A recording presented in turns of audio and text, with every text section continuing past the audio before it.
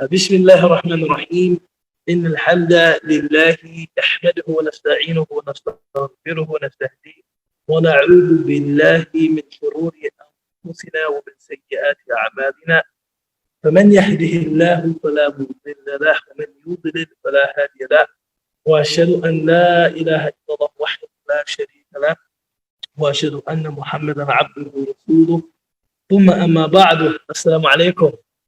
It is a great honor and a great privilege to be with you this evening. All of you, I pray that Allah rewards you immensely. The Prophet ﷺ, once mentioned in an authentic hadith that إدخال السرور على قلب المؤمن, bringing joy to the heart of your sister or bringing joy to the heart of your brother is an act of worship. And just to be outside of my home with real people, there's an ebullience that I cannot hide. I'm so excited. You know what I'm saying? This is important. You know, when I was teaching, maybe for the last 3 months, via Zoom, I was made aware that what happens when we share space with each other is a bidirectional exchange. It's not just a unidirectional kind of flow of someone teaching or someone speaking or someone lecturing, but we're giving to each other. And it reminded me of something that Dr. Omar, may God preserve him, he said that one of his teachers told him that when people get together and they sit remembering God together, their souls steal from one another. He said, but don't worry about it. It's halal. It's halal. So it's good to be in your presence and to take from all of your spiritual states. And I hope that you're not infected with any of my blameworthy characteristics. But I look forward to the next hour or so that we'll be spending in each other's company. I'm really excited about this, mashallah. So as Ali mentioned, we're reading this book called Purification of the Heart. It's a book by a Shinqiti, by a West African scholar named Imam Maulud. And this book is unique because it goes through different spiritual diseases and it diagnoses them and it talks about curing each of these diseases. And it's very methodological. It states the disease, states some of the manifestations of the disease so that its symptoms. And then it proposes cures for these diseases. And we've gone through quite a few over the course of maybe 5 or 6 months, believe it or not. And now we've come to a huge chapter, but Imam Maulud only gives it a few lines in his poem. And this is the chapter about displeasure with the Qadar of Allah. Displeasure with the divine decree, being discontent with what God has willed. Remember the famous hadith of the Prophet, peace be upon him. Every person I see, and I'm like,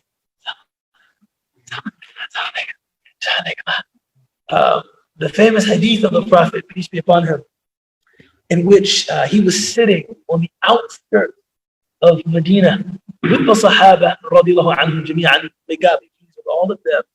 And they said a man appeared before them that was wearing extremely white clothes and he had extremely dark hair and no one knew who this man was. And that's significant because in traditional society, even if you travel to places in rural America, the expectation in small towns is that you know the people that you encounter. People even know the families of people they encounter. Oh, there's so-and-so, he's from their family. Oh, that's so-and-so. So to see someone that you don't know means one thing and one thing only. The person is a traveler. If we see the person and we don't know the person must be someone traveling. And this is why they make special mention of the state of his clothes. Because if the person was in fact a traveler, the person will be covered with dirt. Right? Traveling through the desert, one gets very dirty. So the fact that no one knows the person and his clothes are extremely white. This is strange. And what the context that this brings us into is that this is an encounter that people are watching very closely. So you can rest assured this hadith is mutawatir. It's conveyed through multiple chains, and it's something that people paid very close attention because the whole occurrence, the whole incident was something strange and unusual. It got even stranger when the person came up to the Prophet, peace be upon him, and sat rukba ila rukba, knee to knee, or wada'a kaffayhi ala fakhidayhi. He sat knee to knee with the Prophet, and he placed his palms on the thighs of the Prophet. I want to just pause for a minute. This is something we often encounter, reading stories about the Prophet, reading stories about the companions. Now, of course, we can't anymore, but they enjoyed a lot of bodily closeness with each other. Like, I could not imagine someone coming up to me, sitting, touching my knees with their knees, and then placing their hands on my thighs. I'm like, wait a minute, baby. You know what I'm saying? Yeah, wait, hold on, baby. Wait, brother in Islam, nothing more than that, right? He placed his hands on the thighs of the Prophet. It got even stranger when he said, so he is clearly acquainted with the Prophet. And they have such a relationship of familiarity that he addressed him by name and not by title. You know, the companions of the Prophet, peace be upon him, they mostly said, Ya Nabi, O Messenger, Ya Nabi Allah, O Messenger of God, Ya Rasulullah, or O Prophet of God, Ya Rasulullah, O Messenger of God. It was actually something that made the Ahlul Bayt, the people of the family of the Prophet, very unique, that they used to call him Muhammad. Right? People very, very close to Muhammad because there's a relationship with ultra, there's familiarity, there's age. They often, I mean, they believed in him, but they said, Muhammad, you know, we've known each other for a very long time. So Hamza would say Muhammad. Sayyidina Ali would sometimes say Muhammad. Abbas would say Muhammad. You see? But everybody else, O Messenger of God. So when the question said Muhammad, everybody's like, oh, this is strange, man. This is bizarre. We don't know this person. His clothes are very white. He's sitting close with the Prophet, peace be upon him. He's calling him by his first name. And he asks the Prophet, what is Islam? And the Prophet gives the 5 pillars of Islam, right? To bear witness that there's nothing worthy of worship besides God, to make your prayers, to fast in the month of Ramadan, to pay the zakah. MashaAllah, good man. Good man, good man, alhamdulillah, good man, to pay the zakat and to make pilgrimage once in your lifetime, if you are able. Then he asked the Prophet, he said, Sadaqta, he said, you have spoken the truth. And they were like, wait, hold on. One of the things that really jumps out to you, when you read stories of the companions, and how they were in the presence of the Prophet, peace be upon him, they actually were prepared for him to alter things that they knew well. Every time I read this, it's phenomenal. He would say things to them like, what day is it? And they would say, Allahu wa Rasuluhu a'lam. God and his messenger know best. Can you imagine me asking, hey, what's the day? Tuesday? Like, you think that I have access to knowledge that is so exclusive that I might tell you it's not really Tuesday. It's not really Tuesday. So to hear someone tell the Prophet that they revered in this way, yeah, that's right. Like, wait, this is strange. Then he asked the Prophet, what is Iman? What is faith? Right? And the Prophet, peace be upon him, said, to believe in God, to believe in his messenger, to believe in the scriptures that he sent with those messengers, to believe in angels, to believe in the day of judgment, and to believe in Qadar. Khayruhu wa sharruhu. It's good and it's bad. And we're just going to stop there. I mean, you know, the rest of the hadith, he asks him, what is ihsan? The Prophet says to worship God as though you see him. And if you can't see him, to know that he sees you. Then he asked the Prophet signs of the end of time or when, and the Prophet, peace be upon him, said, the one being asked has no more knowledge of that than the one asking, right? And then the Prophet said, but I can tell you of some of the signs.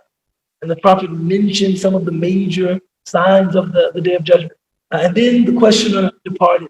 And the Prophet asked, do you know who that was? And everybody remained silent. Some of the shurah, some of the commentaries, they say people waited for weeks. And the Prophet told them that was the angel Gabriel. He came to teach you your religion. But for today's class, we want to go back to belief in divine predestination, belief in the decree. And the Prophet pointed out, he took special, care to mention it's good and it's bad. It's very easy to believe in divine decree when the decree is gratifying, right?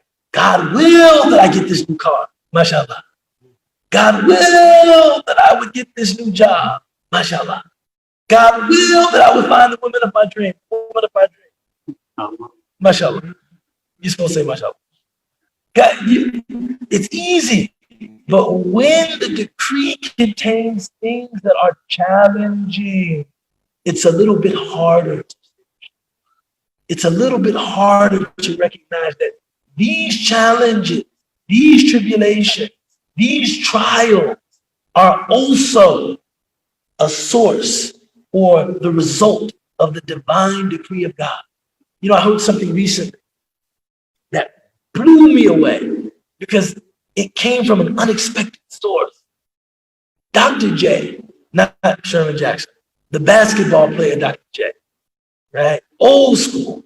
A lot of people don't even know who that is, right? Used to play for the Philadelphia 76ers.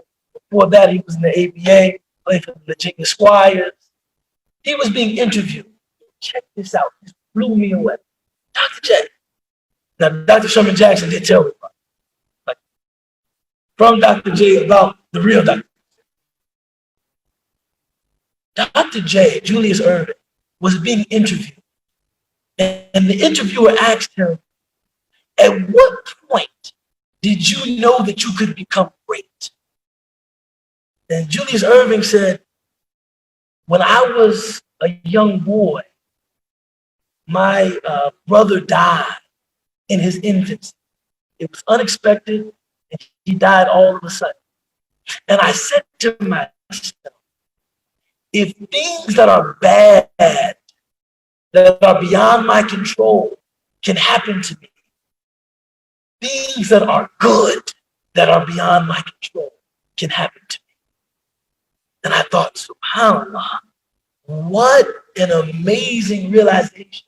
As a young boy, thinking about the divine decree of God, in the same way that it contains things that challenge me, it can contain things that elevate me. And being able to see those as emanating from the same source is what this lesson is about today. Imam Maulud begins, displeasure with the divine decree. Displeasure with the divine decree occurs when one resists God, the majestic and exalted, in what he has decreed.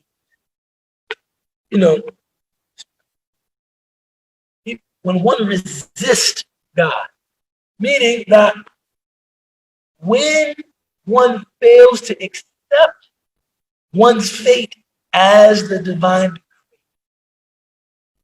This is what he means by displeasure with the decree of God. Now, that does not mean that as Muslims, we have to be in this like fake ethereal state. Oh, it's all good, mashallah, mashallah. No. Some things are challenging.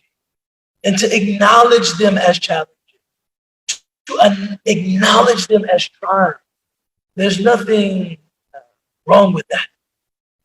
But don't express displeasure with the Qadar. The Prophet sallallahu alaihi wasallam, he acknowledged challenges. One of the elements of the Prophet ﷺ, that makes him so accessible for me is he dealt with great trials and tribulations. His father died before he was born. His mother died in his infancy. His grandfather became his caretaker after that. He died when he was still a young man. Then his uncle became his caretaker. In Amul Huzn, Abu Talib and Khadijah, they both died. She was his confidant, right?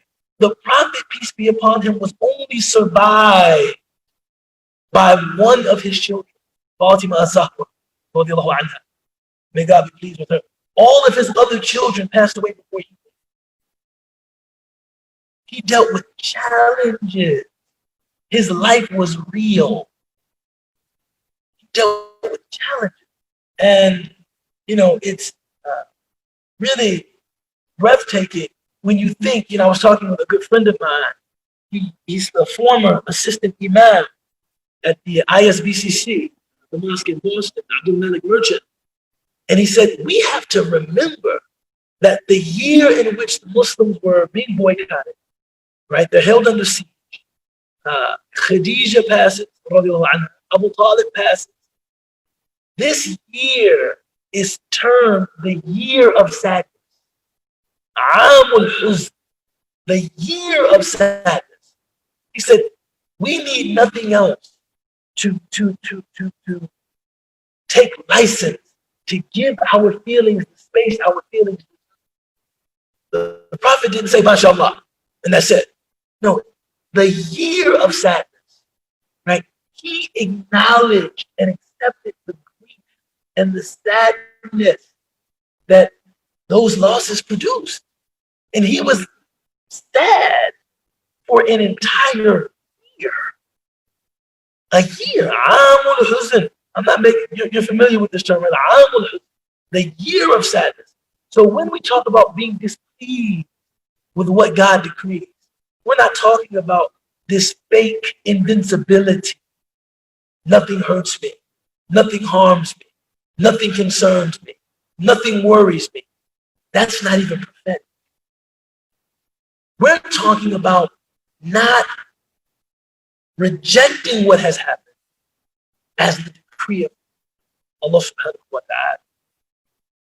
ta'ala. When the son of the Prophet, peace be upon him, Ibrahim, and, like many good men before him and many good men after him, alayhi salatu wasalam, the Prophet had all daughters.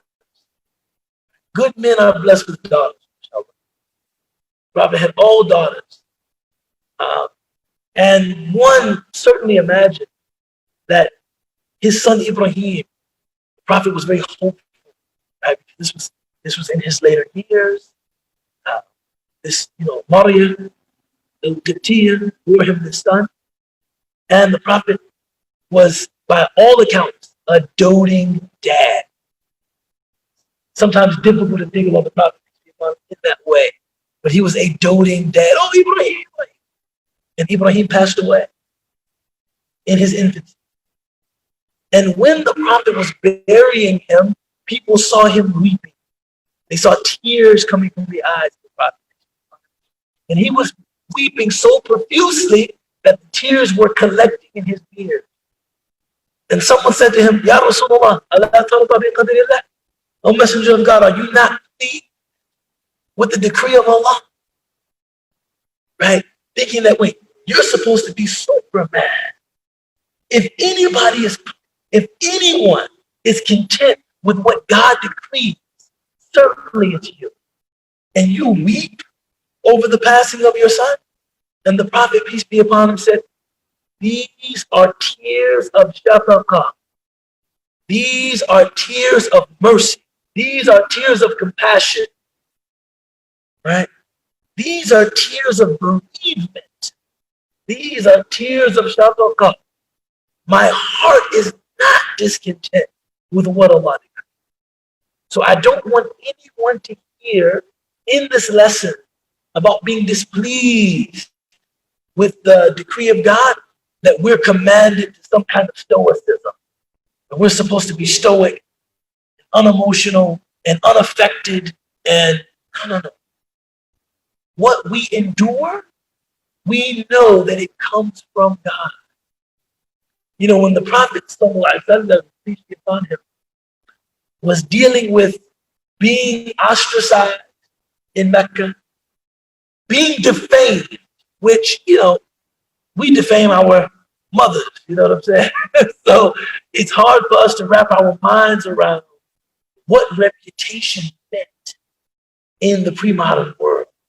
Your reputation was everything, right? So for the Prophet Muhammad, someone that was an erstwhile exemplar, he was called El-Amin, to be called a liar and a magician and a soothsayer and a wayward poet. This was very damaging to him.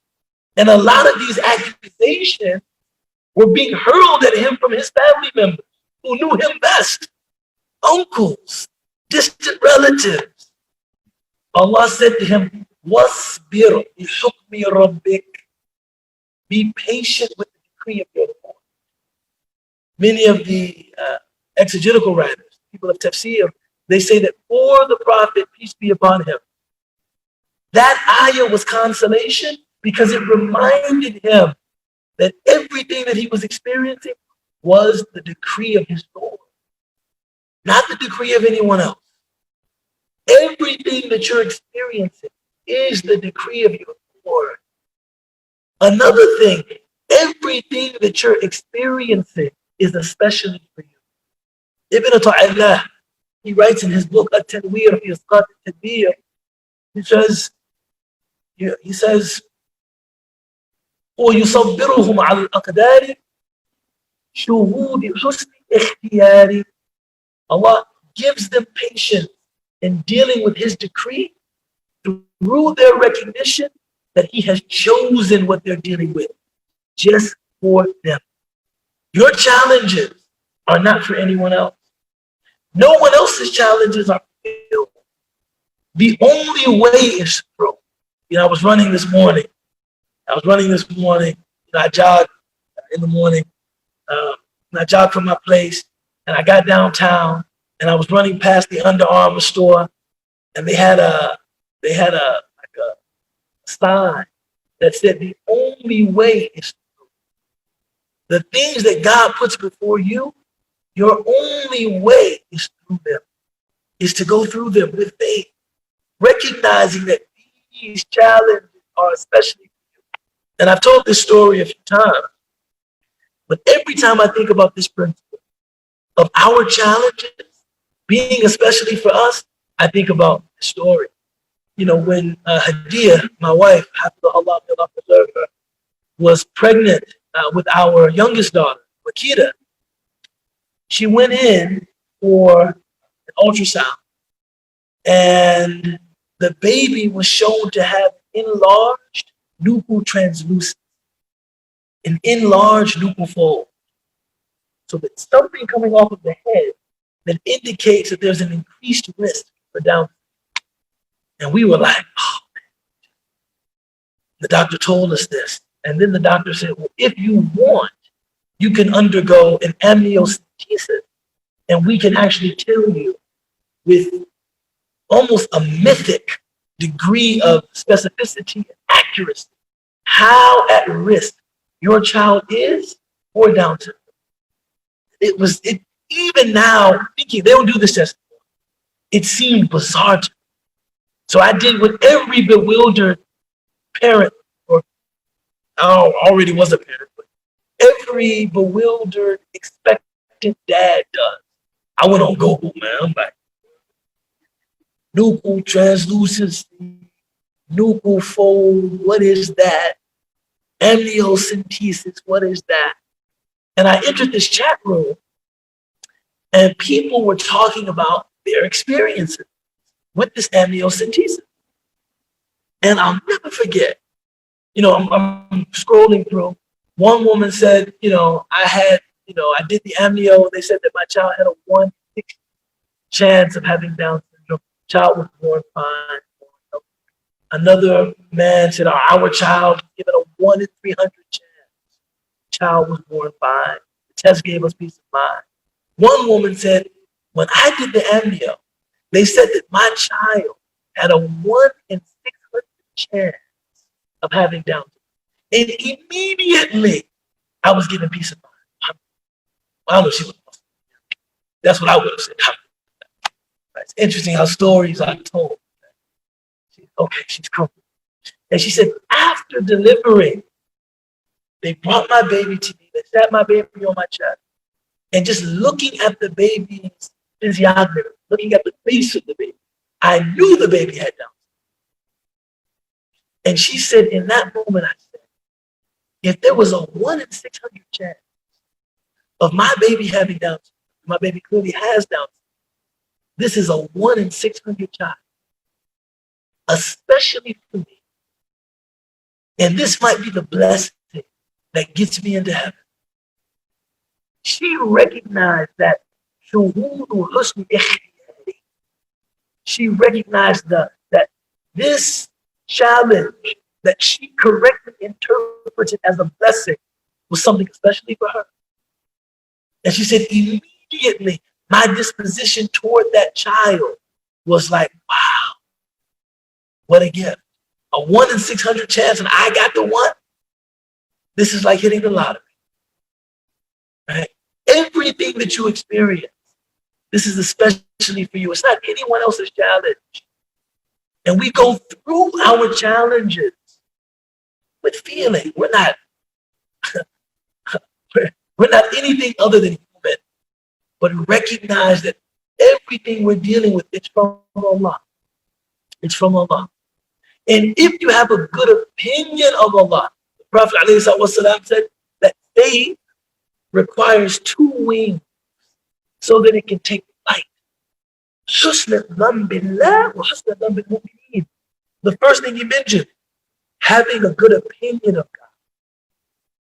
That whatever you're going through, God is not decreeing this for you to debase you or to demoralize you or to lower you or to humiliate you, but rather it's to draw you near, to elevate you, to bring out the best in you. You know, one of my friends was working on a movie script, and I was checking in with him about how it was going. You know, how's the script going? And he said, "Wallahi, it's one of the most spiritual things I've ever done in my life." And I immediately felt cheated. Like, I'm trying to pray at night, and read from the Most High. You're writing movies, and this is the most spiritual thing you've ever done. Maybe I need to change up my regimen. You know what I'm saying? And I said, "What's so spiritual about it?" He said, "Well, I have these characters, and I'm kind of like in control of their destiny. I'm writing their story. And if I want to make any of the characters' virtues known to the viewing audience, the only way I can do that is by giving them a challenge that they then overcome. This is how I make the virtues of the characters known.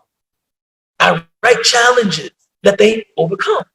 And I'm still stuck on stupid like, what's so spiritual about that?" He's like, such is the case of Allah subhanahu wa ta'ala with us. When Allah wants to make our virtue known, He gives us challenges that we overcome. He gives us trials that we overcome. That is how virtue is made known. So whatever you're experiencing, don't be displeased that God has decreed that. Try to go through it with composure, patience, and prayer. وَاسْتَعِينُوا بِالصَّبْرِ وَالصَّلَاةِ. Seek help from Allah through patience and prayer. And know that just because something appears to be bad for you does not mean that it absolutely is. فَعَسَىٰ أَن تَكْرَهُوا شَيْئًا وَخَيْرٌ لَكُمْ. Maybe you dislike something, but it's good for you. وَعَسَىٰ أَن تُحِبُّوا شَيْئًا وَشَرٌ لَكُمْ. And maybe you love something, but it's not good for you. Right? And that knowledge is with Allah. You know, often Muslims, one of the great misnomers among Muslims is that Salat al-Istikhara is just for marriage. A lot of Muslims think you make istikhara when you want to get married. Salat al-Istikhara is just for marriage. You know, a lot of people come to me, yo, UbaydAllah, what's that marriage prayer? You know, the marriage prayer. And sometimes I get the sense that they want me to give them a dua, that if they make it, they will just get a mysterious knock on the door. And then Mr. Right or Mrs. Right is standing there. I don't know why I'm here. My GPS just got it. Oh, you've been making that dua. It's clear why I'm here. I don't know, you know, I don't know any dua like that. And then after some exchange, it becomes clear. Oh, you mean istikhara. You mean the prayer of seeking good in your decision, right? Istif'ad, which is an Arabic form, 10th form, is the wasn't of talab, seeking something, right? You're just looking for something. So istikhara, to seek the good. To seek the good. You're seeking the good in, you know, a given decision. And when you kind of poll Muslims to see how they understand istikhara, some people understand istikhara to be kind of like you make the prayer and then you wait to have a dream. And this is the only way that it can work. I know a lot of brothers that are on hold right now because the sister just hasn't had that dream. He's just waiting. I'm like, are you getting married? She hasn't had the dream yet. I'm like, is that a prerequisite for marriage? is that something that has to happen? Maybe, I don't know. People are at higher levels than I. But istikhara is not necessarily about that. Can certainly happen. Nor is it about making the prayer and then trying to discern some good omen, right? It's not like, oh, you know, I made istikhara, and then I went for the job interview, and as I was on my way up the stairs, somebody was holding a Starbucks bag, and I love Starbucks. So that must mean that this job is right for me. That's not, no, just no, right? Istikhara is really about making a decision that you feel tama'ninatul qalb, you feel itmitnan, you feel content with the decision that you make. Ali is approaching me ominously, all black and white. Oh, permission. I thought you were going to do something. Oh, I should continue. Okay, bismillah. So, istikhara is about being able to make decisions and not have remorse about the decisions that you're making. Right? You make the prayer and you say, in kana khayran li fi dini wa ma'ashi wa aqibati amri. If it's good for me in my faith, in my worldly affairs, and in my ending, how I leave this world, وَقَدِّرْهُ لِي, decree it for me. وَبَارِكْ لِي فِيهِ, bless me in it. وَيَسِّرْهُ لِي, make it easy for me. Right? وَإِنْ كَانَ شَرًّا لِي, but if it's bad for me, فِي دِينِي وَمَعَاشِ وَعَقِبَةِ أَمْرِ, in my faith, in my livelihood, and in the end of my affair in this world, وَصْرِفْنِي عَنْهُ وَصْرِفْهُ عَنْهُ, take it away from me. Take me away from it. ثم قدر لي الخير حيث ما كان وأرضيني به. Then bless me with the good wherever it is and decree it for me. You make that prayer and then you make the decision your heart is content with. Trust that no matter what happens after that, that was the right thing.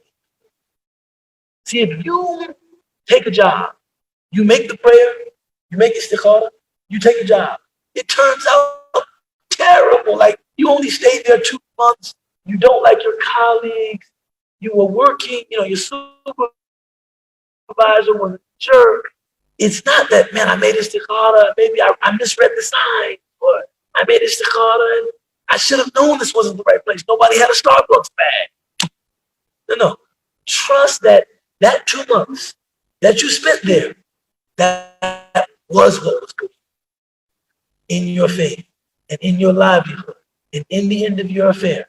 That was what was good for you. Istikhara is really about helping you to live without being displeased with what God has decreed. I might not know how this will end up being good, but I trust that I prayed my prayer. This was good for me. Maybe in some way that I can't perceive right now, but you can live without remorse. I know so many people, they get married, maybe things don't work out. And the first thing they say is what? I made istikhara. I made istikhara. How did it work out? I made istikhara, man. It was good for you. It was good for you. It was what you needed in the time that you needed it. And what you learned from it, perhaps, will be what helps you going forward. You didn't misread the signs. You shouldn't have waited until you had it. It was good for you.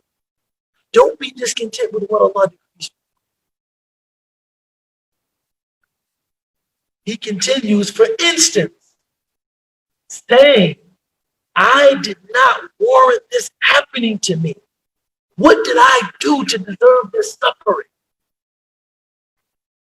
It's interesting.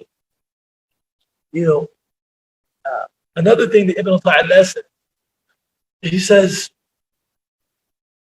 one of the ways you deal with the balaya, the struggles, the challenges, is waridat al-ataya, is calling to mind the gifts and the blessings. Whenever we're experiencing hardship, we do have that inkling. Why me? Why me? And then we completely mistake what everyone else is dealing with. They're not dealing with any challenges because we think that their life is their Facebook page. We think that their life is their Instagram. Man, it just, his life is just gourmet food and fancy hotels and exotic cars. I mean, that's what I see on his Instagram feed. We don't know what other people are doing, right? But that's a different point altogether. But he says, when we are experiencing ease, facilitation, gratification, enjoyment, no one ever says, why? Isn't that something?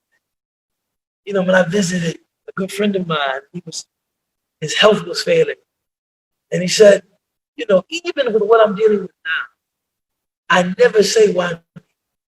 He said, because when I was waking up every day in good health, surrounded by people who love me, financially secure, in safety, in security, I never said why. I never said why me. Why me? Because when that was happening, you had people that were waking up in war-torn areas with bombs exploding over their heads. You had people that were hungry. You had people that were living in unsafe environments. And there I was in my situation. And I never said, why me and why me? We accept the blessings of God with complete entitlement. Of course, me. Who else? But difficulties, why me? What did I do to deserve this? I'm a good person. I pay my zakat. I give my sadaqah. I help my mother out when she asks me. Why does something like this happen to me? He said, don't say that. Just say alhamdulillah. Right? You can acknowledge that it's difficult, but just say alhamdulillah. And we want to train ourselves to say alhamdulillah at the onset of adversity. There was a woman who lost her child. And I pray I never experienced that. That's something very, very challenging.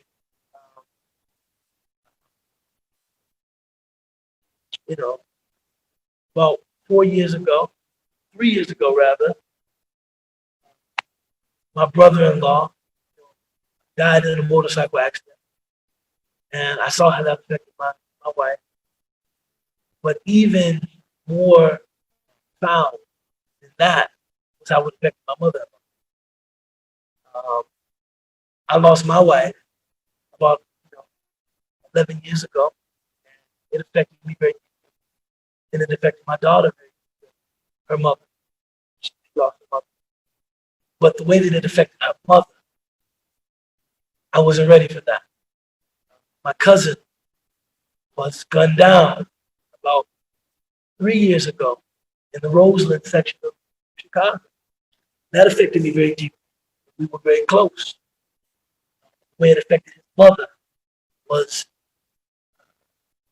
something that I just, each time I see it, it's absolutely harrowing to see a woman bereaved because she has lost her child. Harrowing. So this woman, companion of the prophet, peace be upon him, and God be her, she had lost her son, and she was tearing her clothes, which was a tradition of the Arab. They would tear the clothes. This was like a way that grief was expressed publicly. Tear the clothes. And she started wailing, very, very loudly. And she started saying things about Allah. You can imagine, right? She's hysterical. Why have you done this to me? Are you real? You've cursed me, now I'm cursing you. Things of that sort. And the prophet, peace be upon him, having lost 4 of his children by that point, actually had some context for what she was experiencing. Although something like that, you can't say that it exists the same way for person, but I might have a sense of what you're going through because I too have lost children. And he approached her and he said very kindly, if you can try to demonstrate patience at this difficult time, Allah will help you get through this. And she turned to the prophet and she cursed him out. Get the out of my face. You don't know what you're talking about. What happened to me didn't happen to you. So who are you to tell me how I should be processing my grief? She was enraged. She was overcome with grief. And when the prophet, peace be upon him, saw this, he didn't give her a lesson about displeasure with the Qadar of Allah. He had the emotional intelligence to step back. This clearly is not a good time for you. That in and of itself, that's sunnah. Oh, okay. If the prophet, peace be upon him, was one of these extreme moralizers, he would have started giving her a lesson right there about the divine decree and being content with the divine decree, and you have no right to talk. And if he was a person that had a fragile, ego, he might have even, who are you to talk to me? Do you know who I am? Muhammad sallallahu alaihi wasallam. When people say my name, they say sallallahu alaihi wasallam. He just, clearly this is not a good time. And he just kind of left her alone. After some time, she began to calm down. And someone came to her and said, do you have any idea who that person was that you cursed out this afternoon? And she was like, I was just seeing red. I don't care who it was. They said, it was Muhammad sallallahu alaihi wasallam. That was the prophet of Allah. And she immediately, look at the piety. She perhaps is still grieving the loss of her son. It's safest to assume she was. But she immediately, oh my God. I was talking to the messenger of God like that. She said, do you know where he lives? Someone said, yeah, he lives over there. She went to the home of the prophet, knocked on his door. He opened the door. She immediately apologized. I didn't know it was you. The prophet, peace be upon him, magnanimity. Don't worry about that. No offense taken. La haraja. No offense taken. But know that patience must be shown is صدمة الأولى at when the first man ever got shot. You want to try to demonstrate your patience with the decree of God. Is صدمة الأولى, the first, when it first happened. Right? That's what we aspire to. When it first happens, not like after you tear everything up. I've been called in to mediate, domestic situations. You come over, the house is completely torn apart. It looks like a tornado came through the house. And the guy is sitting on the steps saying, I'm just going to be patient with this. I'm glad that you arrived at that conclusion after you've destroyed the entire home. I'm just going to chill. It's hard to deal with this, but I'm just going to be cool now. Good time to be cool. You want to try to be patient. The صدمة الأولى, the onset of tribulation. So أقول قولي هذا وأستغفر الله لكم. دعوانا أن الحمد لله رب العالمين.